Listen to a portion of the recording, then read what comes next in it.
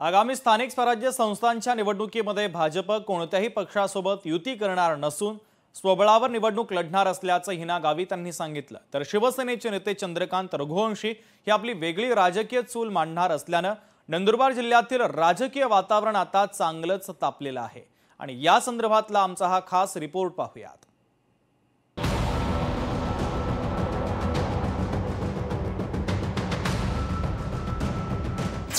नंदुरबारमध्ये महायुतीत कलह, भाजप शिवसेनेचा एकला चलो रेचा नारा। स्थानिक निवडणुकीने राजकीय वातावरण तापलं। राज्यात पालिका निवडणुका घोषित होताच पक्षांतराचा सिलसिला पाहायला मिळत आहे।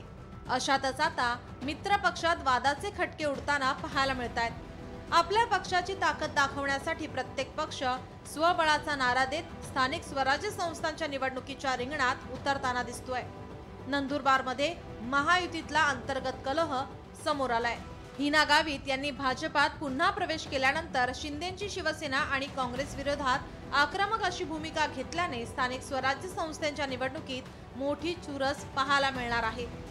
आम्ही याच्यापूर्वी जाहीर केलेलं आहे की जिथे सन्मानाने भाजप आणि शिवसेनेची युती होईल तिथे आम्ही युती करायला तयार आहोत। बाकी ज्यांची मस्ती असेल त्यांची मस्ती सुद्धा जिरवायला आम्ही तयार आहोत। आमची दोघं गोष्टीला तयारी आहे।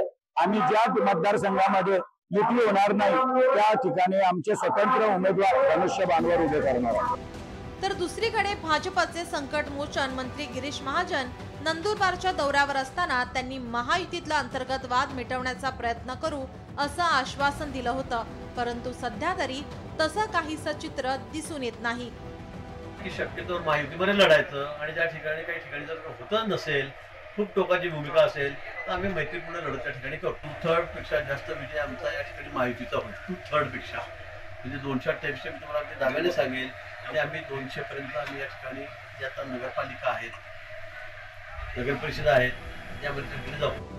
निवडणुकीचे निकाल काहीही असले तरी जनतेला उत्तम सेवा मिळायला हवी। नागरिकांच्या गरजा पूर्ण करणे हे प्रत्येक लोकप्रतिनिधीचं कर्तव्य आहे असं मत आता नागरिकांकडून व्यक्त होत आहे। नवीन सत्ता जी बसेल त्यांच्याकडून हीच अपेक्षा राहील की त्यांनी अतिक्रमणाचा प्रश्न सोडवावा, त्यांनी पार्किंगचा प्रश्न सोडवावा, त्यांनी भुयारी गटारींचा रस्त्यावर वाहणाऱ्या पाण्याचा प्रश्न सोडवावा।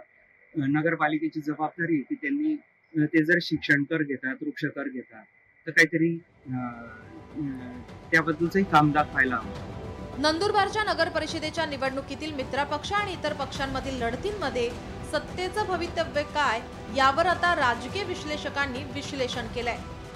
विक्रम मोरे भाजपचे आहेत, ते देखील आता शिंदे सेनेत नगरपालिका निवडणुकीत सोबत लढणार आहेत। तसेच राष्ट्रवादीचे अभिजित मोरे यांनी देखील शिंदे सेनेशी युती करण्याचे ठरवलेलं आहे। त्यामुळे एकंदरीतच नंदुरबार शहरामध्ये नगरपालिकेत शिंदे सेना ही वरचढ आहे।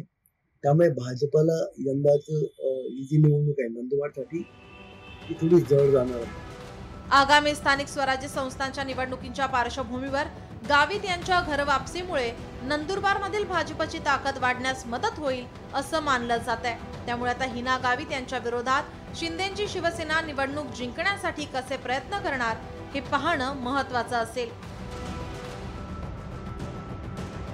विशाल ठाकूर, लोकशाही मराठी, नंदुरबार।